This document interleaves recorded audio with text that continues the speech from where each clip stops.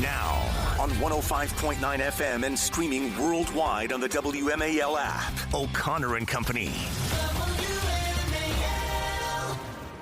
It's 5:06 this Tuesday morning, the 8th day of July. It's O'Connor and Company on already a busy Tuesday morning. How is that possible? It's 5:06. Why is it already busy this morning? But it is. We've got foreign dignitaries in town, discussions of potential peace deals. We've got ICE under assault coast to coast while they're trying to do their job, and a lot more in the news. Fallout from that revelation that there's nothing to see here about Jeffrey Epstein. Move along. Forget all the stuff that we've been talking about. That whole thing. Nothing there. Apparently. My bad. We'll get into all those details as the morning develops. Also at 6:05, we'll check in with our friend Sean Kennedy, president of Virginians for Safe Communities. Sure seems like Abigail Spanberger wants Virginia to be California without the palm trees, as she once again emphasizes her desire to protect those in this country illegally. We'll also talk about the latest with this convicted sex offender, Richard Cox. At 7:05, we'll speak with Ron Halber, CEO of the Jewish Community Relations Center of Greater Washington. 8:05 brings us the Commissioner of the SEC, Brendan Carr. And then at 8:35, another visit with our friend Jim Jordan, Chairman of the Judiciary Committee. It's Larry O'Connor with Cassie Smedile. Cassie, now, I don't want to intimidate you or anything, but the Chairman of the FCC will be a guest here. So don't be dropping F-bombs like you usually do, okay? I was about to say you've got that bleep button ready, Larry. You know how it happens. Exactly. I'm like a Democrat on Twitter. I can't help it. You've got this persona of being, like a really, mild-mannered, nice young lady, Cassie, mother of two little toddler baby kids and everything. You are a filthy potty mouth, and people don't realize that about you. It's true. What can I say? It just happens. You get on Bowling League on Tuesday nights, and it just comes out, Hold on. Bowling League is a nice grab. Are you I don't remember. Are you from the Midwest? I just associate bowling with the Midwest. I'm not sure why. Well, your stereotyping has really paid off. I am It's from true. the Midwest. I'm from Kansas City, of which Bowling League was a big deal over at the Gladstone Lanes. I think on Tuesday nights, but I wish there was a league out here. I'd join one. Well, I remember. I'll never forget being in New Hampshire for the 2012 primaries, and the Romney campaign invited a bunch of conservative media types out for a bowling night to get all excited. It's like is there anything more Romney than that? Hey, everyone, let's go bowling. So we all went bowling, but the balls. It was one of those bowling places. It's like from the old black and white silent films, where the balls didn't have any holes in them. Have you ever done this? I guess it's called duck pins or duck. No. You've never heard? Yeah, it's. I think it's a New England thing. It must be an East Coast thing. Yeah. Yeah, it is. It's an East Coast thing. So I go to get my ball, and it's like, where are the holes? Where are the holes? And it's like not one of those things. I thought you were going to say it was all bumpers or something. Well, that's a given. I was better at bowling when I was like 8 or 9, but it's the kind of thing where if you don't do it on a regular basis, you go back to do it as an adult, and you might as well be a 4-year-old. I assume so. I take your word for it because I don't think I've done it since college. D.C., the DMV area, needs more traditional bowling alleys. Bowling alleys, yeah. Yeah, bring it back. There was a late-night rock and roll bowling place that people would go to, I remember, but I think it has shut down. Those are a thing now, though. They're cool. They're like club bowling. But I want league night, I'm being nostalgic and revisiting my youth in bowling and trying to enjoy that with you because I know that we're supposed to give an update right now on the Camp Mystic tragedy and disaster, and I would rather talk about this because it makes me so emotional. I saw these pictures of these two little girls, sisters, Catholic girls who were at the camp who died, and their bodies were found. They were holding hands, and in their other hand, they had their rosaries. And I just lost it. I started crying because I could only think of my daughters. Yes. And it absolutely could have been that. And there's something about this story that just hits home. It's the middle of summer, and I can't tell you how many friends of mine who I've been speaking with over the last 48 hours, like, I was going to send my kids to camp, and now I don't want to. And it's like, I get that. I wouldn't want to either. It's hard. Your kids are a little too young for this kind of thing. But still, they're too young, but we awful. were just talking about it. We got to be with friends at the lake this weekend, and they were pointing out, here's the camp the kids go to, and your kids will love it, and talking with kids who had grown up going to that camp. And then the next day, this news was breaking. And it does the romanticizing of camp, all of a sudden the reality. And as I was telling you, the reality, I can't imagine being washed away, the tragedy of all of this, which I'm with you. I can't sit in that headspace for too long because I just well up with tears. It's a natural disaster and an absolute human tragedy, and we human beings try to make sense of these things, and part of making sense of it is to say, all right, how could this have been prevented? What can we do next time to stop it from happening? And as we discussed yesterday on the program, this camp is in a floodplain. This river floods often. It tragically did the same thing in 1987, where teenagers died in a camp along the same area. And again, and funny, 40 years ago, nobody was blaming Ronald Reagan and his budget cuts for this. But, of course, today everything must be politicized, and everyone immediately starts pointing at budget cuts. It's amazing that up until January 21st, 2025, nobody in this country died due to a natural disaster or a flood or a storm. It was Donald Trump and Elon Musk who caused every fatality from that point forward. It's ridiculous to even talk about it. And it brings out the worst in people, this sort of thing, these days, sadly. But Cassie, it also brings out the best in people, and we're learning more and more about this incredible hero from the Coast Guard. Scott Ruskin is his name, Chief Petty Officer. He's just officially become a rescue swimmer with the U.S. Coast Guard. This was his very first mission, and he saved upwards to 165 lives when his helicopter put him down right there at Camp Mystic as the disaster was transpiring. And he single-handedly was able to rescue so many of these little girls and camp counselors there on his first mission.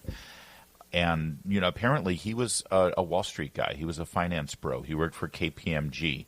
And by all measures, he was going to be a success. His parents were going to be so proud of him. His parents were going to be able to go to cocktail parties and say, yes, well, Scott is working on Wall Street, don't you know?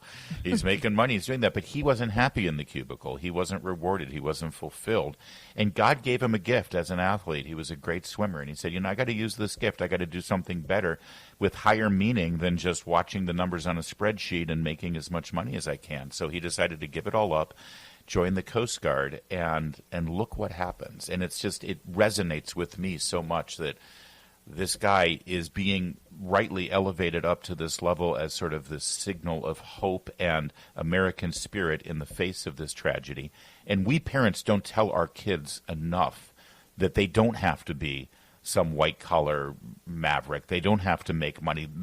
My kids making money is the least important thing to me when I think about their future. And I need to reemphasize that with them as often as possible so they know they've got my permission to go and say, you know what, I want a life of service. I want to be in the Coast Guard. I want to do this. I want to be a first responder. Because then when we encourage our kids to do that, our kid might be Scott Ruskin and our kid might save other kids. Oh, amen. And to live out their true heart's desire, their true will, their true talent, to utilize their talents, and to hear his interviews where as the humble hero that we now are learning him to be. Right out of Central Casting. Oh, yeah. Truly. And he's saying, well, those girls were the heroes, the counselors who were saving their campers by the time I got there. And he was the first one on the ground, he said. And he just said, and so we just started working together. And then that moment, when he said, and one of the girls asked, can I bring my stuffed animal? And his response was, of course. Not this moment of panic of go, go, go, go, go, but to imagine that he was not only rescuing them, but there was a sense of calm about it, it seemed. Yes. That he had this presence of mind to understand that he was the sole person there in this terrifying time. And he gave him had the presence of mind to say, yeah, it's going to be okay. Sure. I know. He's not a dad, but he's a better dad than me because I would have yelled at my daughter. What the hell are you thinking? No, leave the stuffed animal. No. I know. I saw someone, I have to say, a celebrity I follow, who was trying to track down his Venmo to say, come on, let's give this guy, and he can't accept anything. And then they tracked down his wife or significant other, and she can't accept anything. He would get fired from the Coast Guard if he accepted it. So now the campaign begins, and I'm sure it's already on the president's mind, but to give him the presidential medal, what is it, a freedom? But just...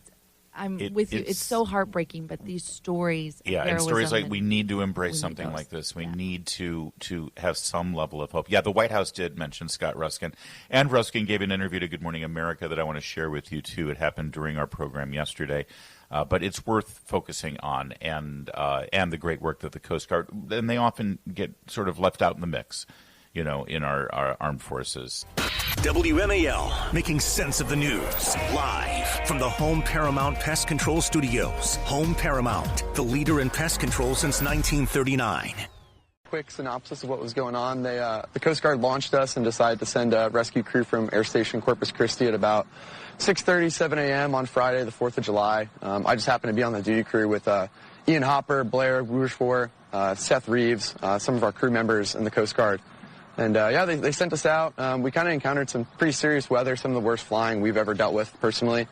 It took us, which should have been an hour flight, probably took us about 7 or 8 just to get into the landing zone. Once made about 4 different approaches trying to get in, we were able to get boots on the ground with the Air National Guard, Department of Public Safety for Texas, game wardens.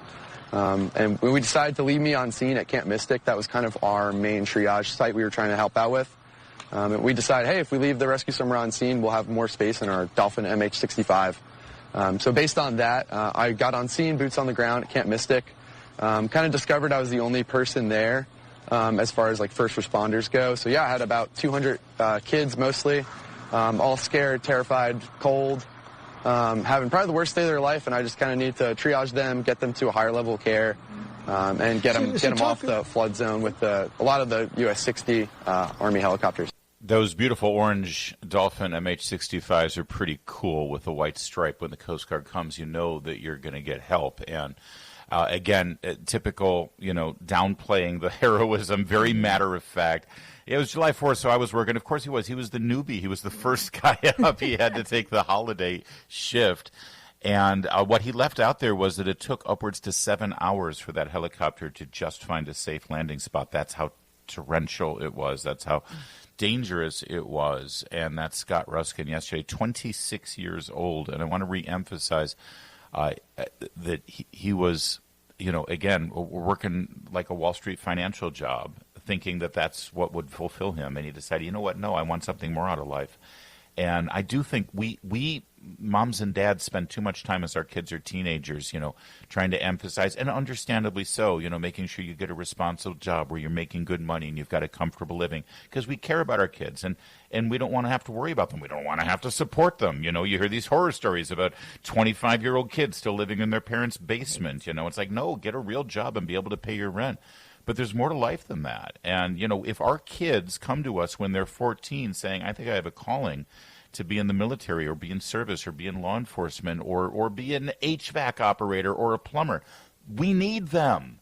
That's service to our community, and it's a great thing. And look at the other lives that you touch when you go into those fields. And by the way, these days, those lives not only pay a good wage, but you don't end up with hundreds of thousands of dollars in debt. That's right. With a degree that gets you into a career you're not even using your degree for. And that's worth bragging about at those cocktail parties. Absolutely. Yeah. Your kid is at some Ivy League, has 4 degrees. Well, my kid saves lives and doesn't have any debt. So that's right. I'll take that any day of the week. But, yeah, I think his parents definitely did a good job with him. Here's more from Scott Ruskin yesterday, cut 2. Talk about how that works. You got 165, close to 200 kids there. How do you get them out? Just one by one?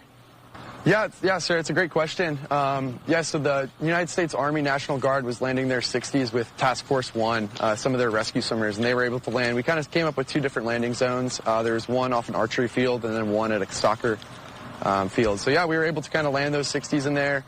And then I was kind of the main guy as far as like grabbing people, usually like 15 to 10 kids at a time, maybe one adult with them, and bringing them over to those 60s and getting them to a different LZ that was kind of safe and had more first responders than just myself out there. Had you ever done this before? No, this is my first one. I haven't had any cases before. I've been a rescue swimmer for about a year, fully trained for about 6 months.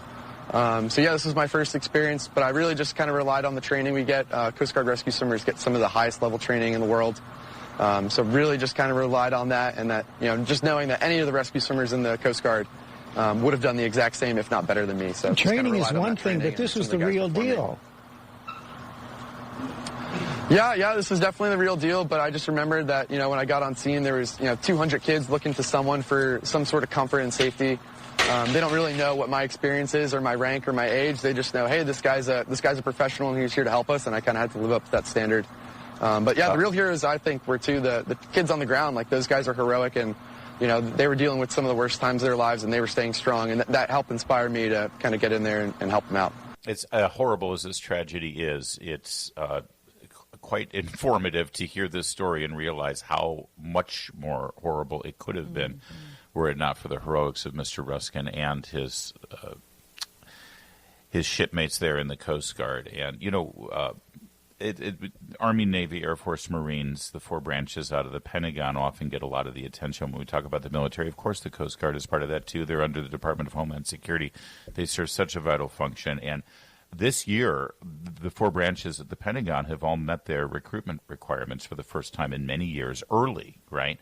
Coast Guard is just under their recruitment requirements this year. But there's still 2+ months left in the fiscal year. Something tells me that the Coast Guard is about to get a surge of interest and some new recruits coming in there. Oh, I agree with you. Not only a surge of new recruits, I feel like Hollywood is calling. I feel like the Coast Guard is about to be where it's at. Everybody is, but because you see, not only is he an excellent spokesman for the Coast Guard, and but also that real time on the ground experience that they get. I mean, I think we were just all talking about, you go to the beach or you go to lake and you see the Coast Guard planes flying over, practicing. Yep. They are at the ready, and thank goodness that they were there and that he showed up for work that day and didn't take it off to go, I don't know, do whatever you do on the 4th of July at 26 years old. And with such a bleak and sad and terrifying story, we need to embrace and hold on to whatever glimmer of hope and inspiration we can get. Thank you, Scott Ruskin, for giving us that. It's 5:25. Coming up, we got a follow-up on that story yesterday that sort of shook this town, and that was that the case is closed on Jeffrey Epstein. No client list, no videos, no files, and he killed himself. Nothing to see here. Move along. Trust us. And people aren't quite ready to move along, so we'll discuss it next. WMAL-FM, Woodbridge, Washington, a Cumulus media station. Making sense of the news. News Talk 105.9. News now. Now on 105.9 FM and streaming worldwide on the WMAL app. O'Connor and Company. It's 5:37 here on this Tuesday morning. It's your nation's capital, Washington, the District of Columbia. Thanks for tuning in. Coming up at 6:05, Sean Kennedy, president of Virginians for Safe Communities. 7:05, Ron Halber of the Jewish Community Relations Council of Greater Washington on the Netanyahu meeting at the White House. 8:05, Brendan Carr, FCC Commissioner, and at 8:35, Chairman of the Judiciary Committee, our buddy Jim Jordan of Ohio. It's Larry O'Connor with our buddy Cassie Smedile, bowling gal extraordinaire. Funny thing about bowling, see, you could have a full career in D.C. and then decide to just take it up as a hobby, and if you really put your mind to it, you could be on the ladies' professional circuit. Oh, a girl can dream, Larry. Do they have beer frames in the championships, by the way? Is that a thing? They should. What is that? Sure. A beer frame? Beer frame is if everybody gets a strike except one person, then that one person needs to buy beer for everybody. Yeah, they definitely should have that. That would make it interesting. That always makes it interesting. It'd be like the live tour of bowling. Bowling really is just a reason to have beer. It's a method of delivery. Are you a fan of the Big Lebowski by any chance? Oh, I should be, but I'm the not. Greatest bowling film ever created. It's not really a bowling movie, but bowling plays an integral part in the plot. I highly recommend it. Not for children, though. I was about to say I'll add it to my viewing list between Cinderella and other fairy tale princess shows. You probably shows don't want the girl. They'll be dropping F-bombs left and right, just like their mom. Yesterday we told you that Axios had obtained a letter internally from the Department of Justice and the FBI confirming that they had no evidence that Jeffrey Epstein was murdered, that Jeffrey Epstein had a client list, or that Jeffrey Epstein had blackmailed any powerful figures. I noted at the time that the fact that this was leaked to Axios sort of raises some red flags in and of itself. coming from the Justice Department and FBI, but that's always part of the story is why was it leaked, who leaked it, and why did they leak it, to whom they leaked it. That said, the fallout was rather immediate, as you can well imagine, especially considering that the FBI Director, Kash Patel, and the Deputy Director, Dan Bongino, had spent quite some time talking about how their sources and their friends and people that they were acquainted with within the intelligence communities had informed them that there was quite a bit there with regard to Jeffrey Epstein, and that it was being hidden and it was being covered up. Now, I'll tell you, Cassie, I'm not surprised that the wording is very important here. The Justice Department and the FBI have released this letter saying that they have no evidence that these things occurred. I'm not surprised. It's like when they released the JFK papers. Did you think there was going to be a box full of memos that showed people in the government plotting the assassination of the president? I mean, if that evidence ever existed, I'm not surprised that it's not there at this time. It's either been destroyed or it's been removed. And just because the FBI does not have that evidence at this time, which is what this leak suggests, doesn't mean that that evidence didn't at some time exist. It's just that it's gone. And that's kind of understandable because, you know what? Criminals and people participating in a conspiracy for criminal behavior, especially horrific criminal behavior that Jeffrey Epstein was engaged in, they tend to destroy evidence that would implicate them. So I guess it's not surprising, but it sort of has rattled people considering what has been said in the past about this story. Right. And that's exactly it, is that, you know, I love her, but AG Pam Bondi, she gave an interview that said, I've got the list on my desk. I'm reviewing it now. Yeah. What was that in reference to? Right. And, of course, we all remember when they gave the influencers the binders and that were essentially empty. Why did they do that? Right. I think it's just a mishandling and a mismanagement of expectations on this whole thing, which is why it's become. And, oh, by the way, so Ghislaine Maxwell is just sitting in prison because of nobody? Right. Like there were no clients. If you're guilty of sex trafficking of little girls, then that means you were sex trafficking them to someone. Right. And isn't that evidence sort of that evidence must exist somewhere, you would think. And, of course, a lot of flashback clips are making the rounds. Here's one. Let's start with cut 4. This is Deputy Director Bongino on his podcast like a year before he took the job. Folks, you're going to see a lot of names on that. The Epstein client list, I believe, based on what I've heard from sources and the story I just told you, basically, is going to rock the political world. There's a reason they're hiding it. Okay, the problem is he's now they. Right.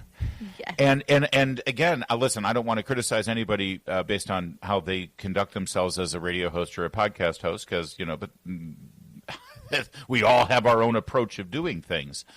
But if he legitimately had sources within the FBI or Justice Department or their intelligence community that gave him information about what you just heard, the names and the political people, it's going to rock the world.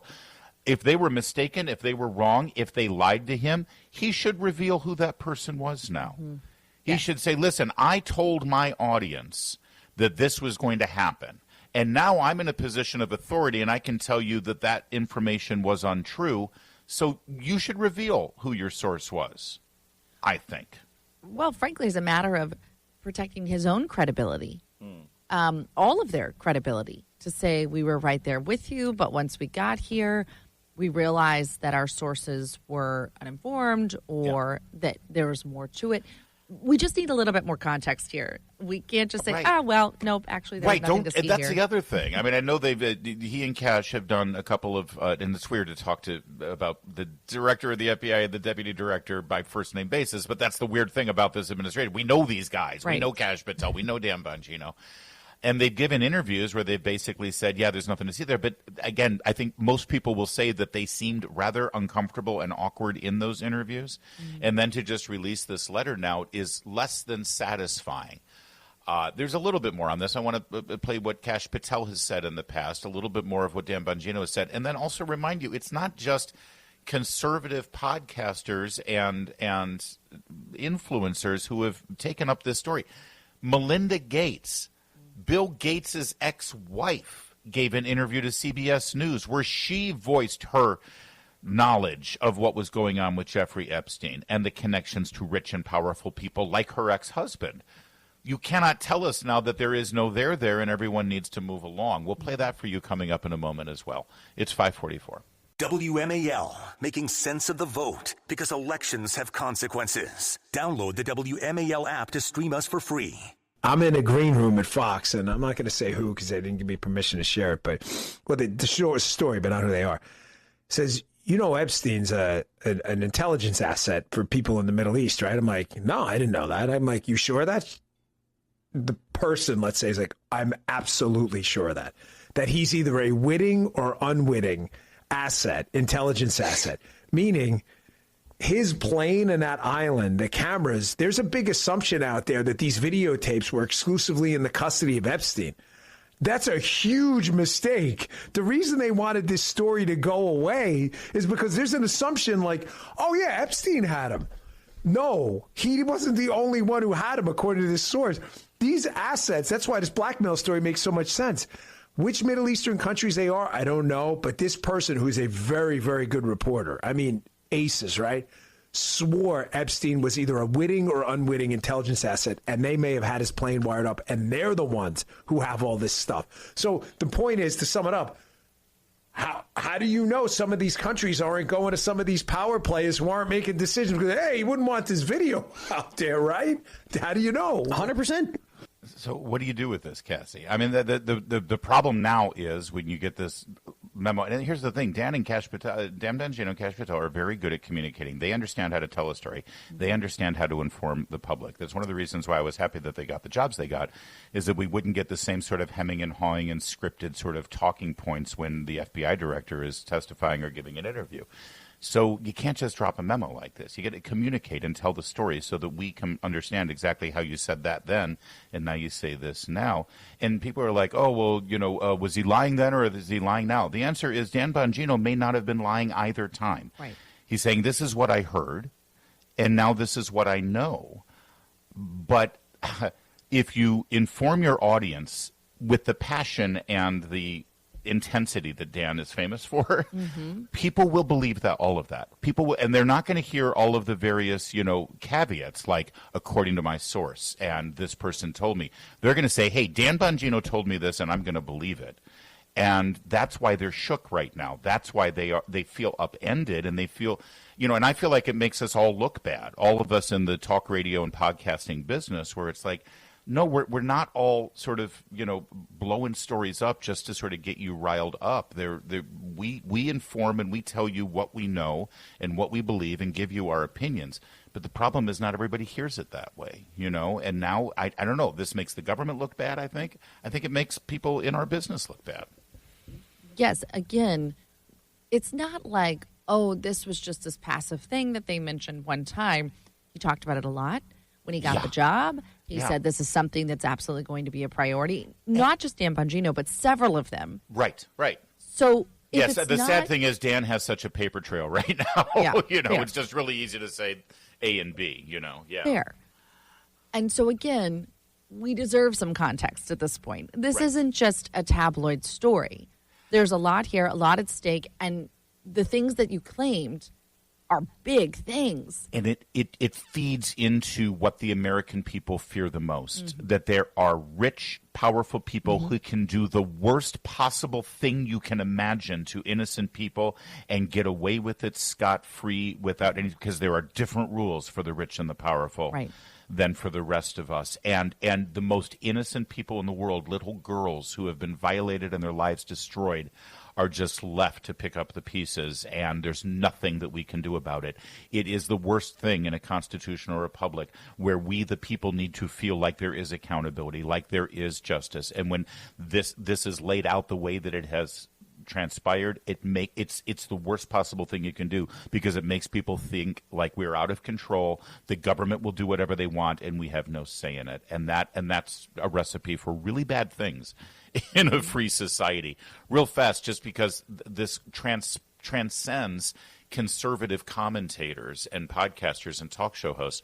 Cut 7. Here was Bill Gates' ex-wife on CBS News. You know, it was also widely reported that Bill had a friendship or business or some kind of contact with Jeffrey Epstein, and that you were not, that was very upsetting to you. Did that play a role in the divorce at all in this process? Yeah, as I said, it's not one thing. It was many things. But I did not like that he'd had meetings with Jeffrey Epstein, no. Mm-hmm. Mm-hmm. And you made that clear to him? I made that clear to him. I also met Jeffrey Epstein exactly one time. Did you? Yes, because I wanted to see who this man was. And I regretted it from the second I stepped in the door. He was abhorrent. He was evil personified. I had nightmares about it afterwards. So, you know, my heart breaks for these young women because that's how I felt. And here I'm an older woman. My God, I feel terrible for those young women. It's awful. You felt that the moment you walked in? I didn't realize was awful. That. Yeah. And you shared that with Bill, and he still continued to spend time with him? Any of the questions remaining about what Bill's relationship there was, those are for Bill to answer. Okay. But I made it very clear how I felt about him. Mm-hmm. Yeah, like I said, there's more. There's either more to this story, or there's more that needs to be said about the story as it stands. I'll leave it at that. It's 5:54.